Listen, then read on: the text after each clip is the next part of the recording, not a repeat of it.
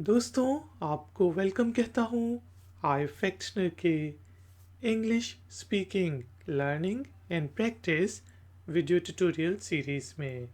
आज के video tutorial में भी हम इंग्लिश के वर्ड्स के मीनिंग को समझेंगे, उन वर्ड्स को यूज़ करते हुए इंग्लिश में बेसिक लेकिन इम्पॉर्टेंट सेंटेंसेस बनाएंगे, उनकी ट्रांसलेशन को समझेंगे और फिर करेंगे इंग्लिश स्पीकिंग प्रैक्टिस। मैं आपसे कहूँगा कि आप मेरे बाद उस एक सेंटेंस को जो मैं बोलता जाऊँ रिपीट करें, और आखिर में होगी जी एक छोटी सी इंग्लिश स्पीकिंग एक्सरसाइज। तो शुरू करते हैं जी अपना आज का वीडियो ट्यूटोरियल। पहला वर्ड है अफेक्ट, मीनिंग प्रभावित, पर असर अंदाज, किसी चीज़ पर असर अंदाज कोई चीज़ हुई तो हम उसको कहेंगे कि वो चीज़ उस चीज़ पे अफेक्ट, उस चीज़ ने उस चीज़ का पर अफेक्ट किया है। मैं आपको बताता चलूँ कि AFEECT अफेक्ट और EFEECT अफेक्ट में डिफरेंस है, और उसके ऊपर मैंने एक ट्यूटोरियल बनाया हुआ है जिसका लिंक डिस्क्रिप्शन में है, तो वो आप देख सकते हैं इस ट्यूटोरियल के बाद। यहाँ पे हमने कुछ सेंटेंसेस बनाए। The credit crunch has an affect on our company. 2008 में जो क्रेडिट क्रंच आया था, जिससे मतलब काफ़ी ज़्यादा बैंक्स वगैरह बैठ गए थे, क्रेडिट का मसला हो गया था, तो हमने कहा कि क्रेडिट क्रंच की वजह से हमारी कंपनी पर असर पड़ा है। His death has a deep effect on हर। उसकी मौत से उस लड़की पर काफ़ी असर पड़ा है। Loss of sales had a bad effect on my business. Sales की जो लॉस हुई है उससे मेरे बिजनेस पर, मेरे कारोबार पर बुरा असर पड़ा। अब मेरे साथ ये सेंटेंसेस रिपीट कीजिएगा। The credit crunch has an effect on our company. बोलें। His death has a deep effect on her. बोलें। Loss of sales had a bad effect on my business। बोलें। बिल्कुल ठीक। नेक्स्ट वर्ड जो है वो है हेलो। जी सॉरी, मैं चेक कर रहा था। नेक्स्ट जो हमारे पास वर्ड है वो है अफोर्ड। अफोर्ड का मीनिंग होता है किसी चीज़ को बर्दाश्त करना। जिस तरह मैं ये गाड़ी ख़रीदने को बर्दाश्त कर भी सकता हूँ कि नहीं, मैं इस गाड़ी को अफोर्ड कर भी सकता हूँ कि नहीं, या मुतहम्मिल होना, मैं इस गाड़ी के ख़रीदने का मुतहम्मिल हो भी सकता हूँ कि नहीं उसको, यानी कि मेरे पास इतने पैसे हैं कि मैं उसे अफोर्ड कर लूँ। तो यहाँ पे हमने कहा आई can't afford a new car. मैं नई गाड़ी ख़रीदना बर्दाश्त नहीं कर सकता, मैं नई गाड़ी ख़रीदने का मुतहम्मिल नहीं हो सकता, क्योंकि अभी मेरी फाइनेंशियल पोजीशन ऐसी नहीं है। You can't afford to lose time. आप वक्त ज़ाया करने के मुतहम्मिल नहीं हो सकते। He can afford to buy this house. वो ये घर खरीद सकता है, वो इस घर को खरीदने का मुतहम्मिल हो सकता है। चलें अब मेरे साथ इंग्लिश स्पीकिंग प्रैक्टिस करें और बोलें। I can't afford a new car. बोलें। You can't afford to lose time. बोलें।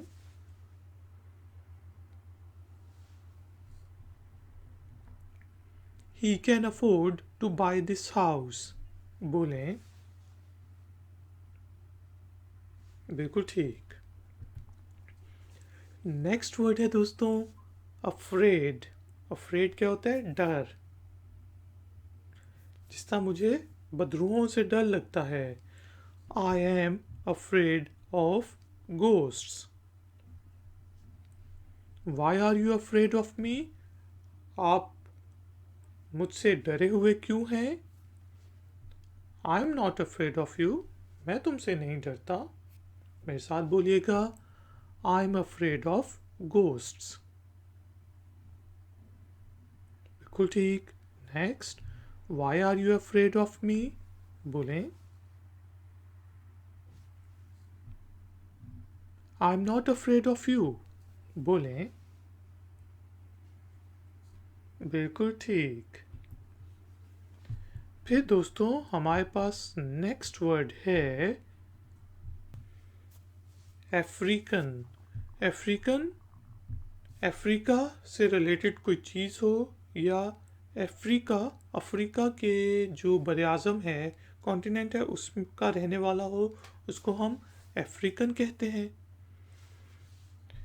यहाँ पे हमने कहा Rwanda is an African country. Rwanda एक अफ्रीकी मुल्क है, देश है। ही इज़ एन अफ्रीकन अमेरिकन, वो अफ्रीकी नज़ाद अमरीकी है। अब अमेरिका में जो अफ्रीका से लोग आके बस गए हैं तो उनको हम अफ्रीकन अमेरिकन कहते हैं।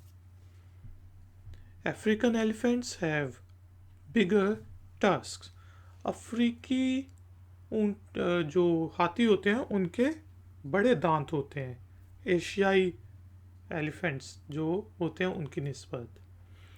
तो यहाँ पे मेरे साथ अब बोलिएगा Rwanda is an African country. बोलें he is an African American. बोलें African elephants have bigger tusks. बोलें बिल्कुल ठीक। उसी से नेक्स्ट वर्ड है जी अफ्रीकन अमेरिकन, जिसका मैं आपको बता चुका हूँ जो अफ्रीकी